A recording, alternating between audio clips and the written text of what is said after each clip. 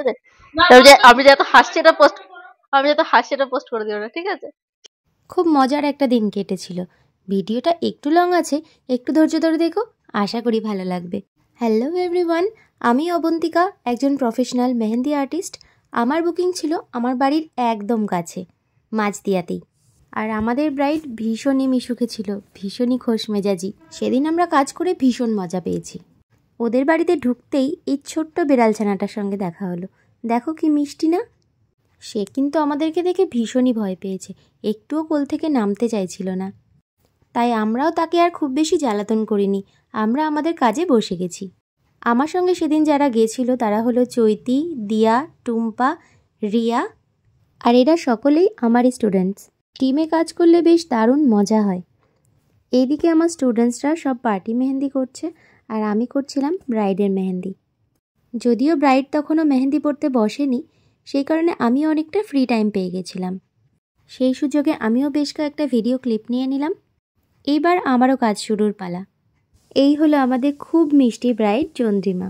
চন্দ্রিমাকে আমি বেশ কয়েকটা ডিজাইন দেখিয়েছিলাম, প্রত্যেকটা ডিজাইনই ওর খুব পছন্দ ছিল। আর ও আমাকে বলেছিল, দিদি যে কোনো ডিজাইন তুমি আমাকে করে দাও, আমার কোনো রিকোয়ারমেন্ট নেই, জাস্ট নামটা লেখা থাকলেই হবে। তাই ওর কথা মতোই একটা হেভির উপরে ডিজাইন ওর হাতে আমি ক্রিয়েট করেছিলাম। এই হলো ডিজাইনটা।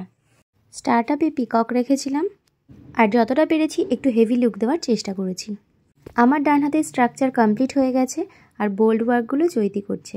আমি এখানে খানিকটা মেহেন্দি শুকানোর ব্যবস্থা করছিলাম, নইলে একেবারেই ব্যাকহ্যান্ডটা করা যাবে না।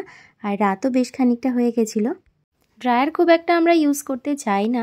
ফটোগ্রাফাররা এসেছিলো একটু দূর থেকে, যে কারণে ওদের একটু তাড়া ছিল, কারণ ওই ট্রেনটা না ধরলে ওদের বাড়ি ফিরতে অনেকটা বেশি রাত হয়ে যেত, যেই কারণে ড্রায়ারটা ইউজ করতে আমরা বাধ্যই হয়েছিলাম। কাজ আমাদের কমপ্লিট হয়ে গেছে, চলো শুনে নিই চন্দ্রিমা কি বলছে। তবে যে আমি যত হাসছি এটা পোস্ট করে দিও না, ঠিক আছে? সেটা হচ্ছে বলবো। আমার নাম চন্দ্রিমা অধিকারী, আমার বাড়ি হচ্ছে ইলেকট্রিক অফিসের ওপরে।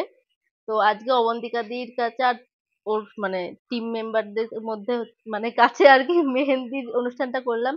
তো এই যে আমার মেহেন্দি, আমার তো খুব পছন্দ হয়েছে আর খুব ভালো লেগেছে।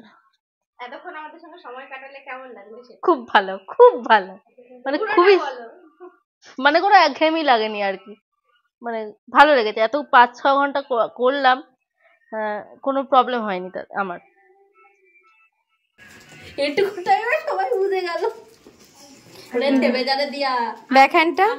চন্দ্রিমা বলেছিল, আমি যে এত হাসছি দিদি, এটা কিন্তু পোস্ট করো না, কিন্তু আমার এই কথাটা এত মিষ্টি লেগেছে, আমি মনে করেছি এটা তো আমাকে পোস্ট করতেই হবে। আর ব্রাইড রিভিউ দিতে দিতে ওই যে বারবার সাইডে দেখাচ্ছিল, কারণ দিয়া প্রচণ্ড ওর পেছনে লাগছিল।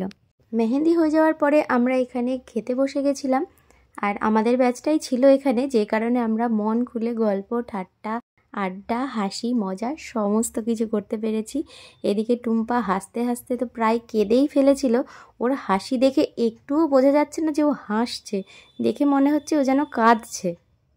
বাকিরা এত বেশি হাসাচ্ছিল, বেচারা টুম্পা কিছুতেই খেতে পারছিল না।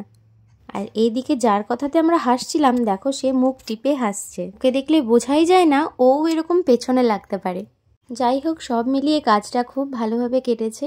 এবার বাড়ি যাবার পালা, আর সবাইকে বাড়ি পৌঁছে দিয়ে তবেই আমি বাড়িতে ঢুকবো। কাজ শেষ হয়ে গেল, এদের মজা যেন থামছেই না। আর ঠিক এই কারণেই ভিডিওটা আমি কন্টিনিউ করে গেছি। এদিকে ব্রাইড আমাদের টাটা করে দিল, আর তারপরে দিয়ার নাচ শুরু হলো। দিয়া আসার পর থেকে বলে যাচ্ছে, আন্টি আমি একটুও নাচ করতে পারলাম না। সেই জন্য আমরা ওকে একটু নাচ করার সুযোগ দিয়েছিলাম। আমরা একটু দাঁড়িয়েও ছিলাম, ঠিক আছে ও মন খুশি করে নাচ টাচ করে নিক, তারপরেই আমরা বাড়ি যাব। বেশ খানিকক্ষণ দিয়ার নাচ হয়ে গেছে, এবার দিয়া প্রচণ্ড ক্লান্ত। এবার আমরা বাড়ি যাওয়ার সুযোগ পেয়েছি। এখানে ছাদনাতলাটা তোমাদেরকে দেখিয়ে দিলাম, যেটা আমার ভীষণ পছন্দ হয়েছে। এদের গল্প তাও শেষ হয়নি। এইবার আমরা ফাইনালি বাড়ির দিকে যাচ্ছি। সারাটা রাস্তা ফাঁকা, কেউ নেই, শুধু আমরা ছিলাম আর কয়েকটা কুকুর ছিল।